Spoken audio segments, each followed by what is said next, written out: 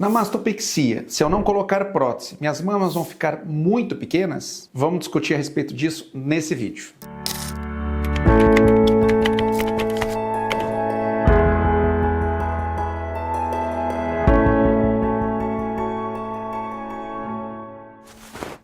Olá, meu nome é Francisco Claro Júnior, eu sou cirurgião plástico, membro titular da Sociedade Brasileira de Cirurgia Plástica e da Sociedade Americana de Cirurgia Plástica. Se vocês ainda não conhecem o canal Cirurgia Plástica Sem Segredos, eu convido vocês a conhecerem, ver outros vídeos que a gente fala bastante sobre os assuntos relacionados à cirurgia plástica, baseado em evidências científicas e na minha experiência pessoal. Eu tenho mais de 15 anos como cirurgião plástico, estou envolvido em serviço de residente, treinando os residentes de cirurgia plástica, sou professor universitário, tenho muitas publicações relacionadas à cirurgia plástica nas principais revistas aí do mundo, da área, assim como também sou editor da Plastic and Reconstructive Surgery e da Revista Brasileira de Cirurgia Plástica. E estou frequentemente dando aula em congressos direcionados a cirurgiões plásticos, falando sobre os mais diferentes assuntos relacionados à cirurgia plástica, principalmente a área de mama e contorno corporal. E o que eu quero discutir hoje nesse vídeo é uma dúvida muito comum de muitas mulheres que gostariam de tratar as mamas caídas, que querem subir as mamas, mas sempre tem a dúvida se a mama não vai ficar muito pequena se não for colocada o implante de silicone. E já gostaria de responder de imediato de que não. Vamos discutir nesse vídeo por quê. Bem, a mastopexia ela tem como principal finalidade suspender a mama. Muitas das vezes a pessoa, a mulher, ela já tem bastante mama, só que como a mama ela está muito caída, ela está espalhada, você não tem a forma cônica dessa mama e ela está muito espalhada, ela não está nessa região torácica. Quando a gente faz a cirurgia, a gente retira, claro, o excesso de pele e faz a montagem do parênquima mamário, que é a glândula mamária. Então a gente vai e monta essa mama e concentra todo aquele tecido que estava espalhado, caído, nessa região torácica. E isso a gente consegue então dar uma boa volumização na região da mama, propriamente dito, inclusive melhorando a projeção, sem a necessidade de estar colocando obrigatoriamente uma prótese de silicone. O importante enfatizar é que a prótese de silicone, eu já até comentei em outros vídeos, vou deixar o link aqui embaixo desse outro vídeo onde eu falo que a prótese de silicone, ela não serve para fazer mastopexia, ela não é a prótese de silicone que faz a mastopexia, ela serve realmente quando a pessoa deseja ganhar volume, ter mais volume, mas existem outras opções também. Então o que acontece? Quando a gente faz essa subida desse tecido mamário, a gente pode estar usando essas técnicas, casos bastante interessantes. Eu tenho um trabalho, eu vou deixar também aqui o link dessa minha publicação, que acho que saiu publicada na Revista Brasileira de Cirurgia Plástica em 2015, mas eu enviei para publicação em 2013. Inclusive já apresentei essa técnica também lá em congressos, não só aqui no Brasil, como também nos Estados Unidos. Vou deixar todo o link aqui embaixo nos comentários, podem acessar ali que vocês vão ver esses trabalhos, que é o trabalho de autoaumento da mama, em que a gente faz um sutiã interno, um sutiã intramamário, mas verdadeiro, não é esse sutiã intramamário que estão falando por aí que é simplesmente pontos de contenção para prótese. Esse sutiã a gente faz de rotina em prótese de silicone. O sutiã que eu estou falando aqui é onde a gente levanta uma alça do músculo peitoral e a gente passa aquele tecido mamário que está caído por baixo dessa alça de músculo, o músculo faz uma sustentação nesse tecido e mantém a prótese no local. Então, esse é um autoaumento feito com o próprio tecido mamário para manter a projeção dessa mama. E se mesmo assim fez e a mama ainda não está com volume tão adequado,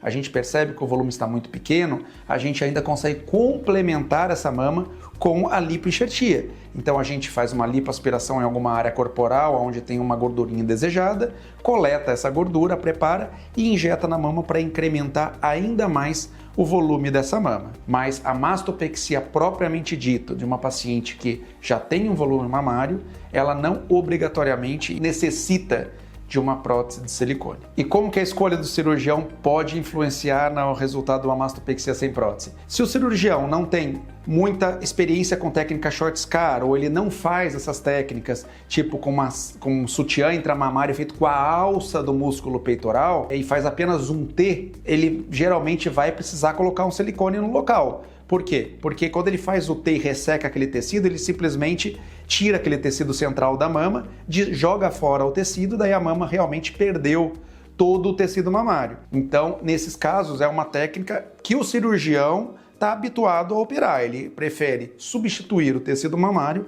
por uma prótese de silicone. Não é o meu caso, por exemplo. Eu procuro sempre estar utilizando o tecido da própria paciente. Então, primeiro que eu não faço TEM invertido clássico, né? Então, as técnicas são baseadas em cirurgia short scar, que são cicatrizes reduzidas e que a longo prazo, logo depois que você faz uma cirurgia em T, como os vetores de força da mama são na vertical, o que ocorre? A mama acaba ficando com um aspecto mais quadrado, porque você traciona aquele tecido, você tira aquela área horizontal e traciona o tecido para baixo, você acaba ficando com um aspecto mais quadrado da mama, uma mama mais quadrada. Quando a gente faz a técnica short scar, que é baseada no eixo central, a gente procura trazer tecido das laterais para a região central. E isso faz com que a mama ganhe mais projeção, fique com um aspecto mais arredondado e mais natural, e utilizando o tecido da própria paciente, não despreza o tecido da paciente. Bem, e após a cirurgia, o que seria de cuidado pós-operatório? A gente recomenda, né, não estar levantando os braços por 3 semanas. Por quê? Porque o que pode acontecer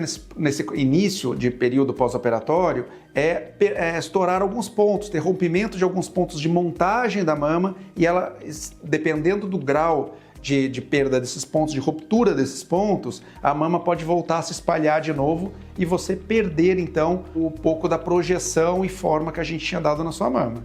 E quero aqui deixar também, eu vou deixar na descrição aqui embaixo também um link de um vídeo meu que eu falo muito sobre lipoenxertia e que é uma dúvida muito comum das pacientes, que é se o volume enxertado de gordura acaba absorvendo. Porque assim, esse trabalho já foi muito debatido, foi até o assunto da minha tese de mestrado, doutorado, e no que eu segui também em pós-doutorado, tudo, é que se a lipoenxertia for feita de forma grosseira, sem um refinamento adequado, praticamente quase 100% do que foi injetado vai ser reabsorvido, porque as células não vão se integrar. Tem que lembrar que lipoenxertia mamária, ela é um transplante de célula viva do nosso organismo, de uma área do corpo para outra. É que nem uma plantação em que você vai jogar sementes ali. Se as sementes foram jogadas de qualquer jeito na terra, elas não vão germinar. E a lipoenxertia é a mesma coisa. Então, se você tiver uma técnica muito refinada de lipoenxertia, a reabsorção é muito pequena, menor do que 10%, que é o que eu tenho observado nos meus casos,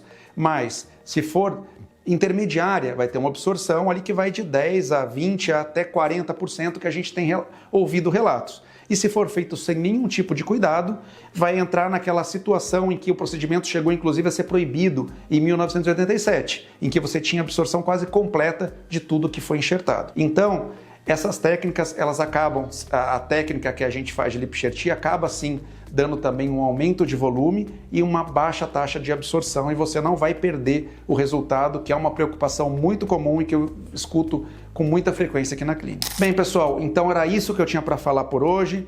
Lembrando que medicina não é uma ciência exata, cada cirurgião está habituado com uma técnica, que nem eu citei aqui, tem pessoas que optam por estar fazendo a substituição do tecido mamário por silicone, então a técnica dele não está errada, é apenas uma abordagem diferente do que eu ofereço. Nenhum dos dois é o contentor da verdade, né? Nenhum dos dois, mas são opções cirúrgicas, tá? Então eu gosto muito de estar utilizando o próprio tecido do paciente, evitando ao máximo o uso de silicone, de um material que é um corpo estranho ao nosso organismo. Trabalho muito com isso, essas técnicas que eu comentei aqui sobre o autoaumento, utilizando o próprio tecido da paciente para fazer essa projeção, o sutiã intramamário feito com uma alça de músculo peitoral, que é o sutiã intramamário verdadeiro. Eu estou deixando ali o link embaixo, então já foi publicado na revista brasileira, foi apresentado já em congresso tanto aqui no Brasil como nos Estados Unidos. A parte de lipoenxertia, eu sou uma referência no assunto, estou estudando esse assunto há mais de 15 anos, tenho prêmio nos Estados Unidos, tenho dado aulas frequentes sobre esse assunto e tenho várias publicações falando de lipoenxertia mamária e a eficácia para o aumento das mamas. Então, eu acho que era isso que a gente tinha para falar por hoje. Se gostam desse assunto, sigam o canal, ative o sininho para receber notificações, compartilhe esse vídeo com suas colegas, familiares, quem tem interesse em estar fazendo mastopexia e não quer colocar silicone. Era isso, a gente se vê no próximo vídeo.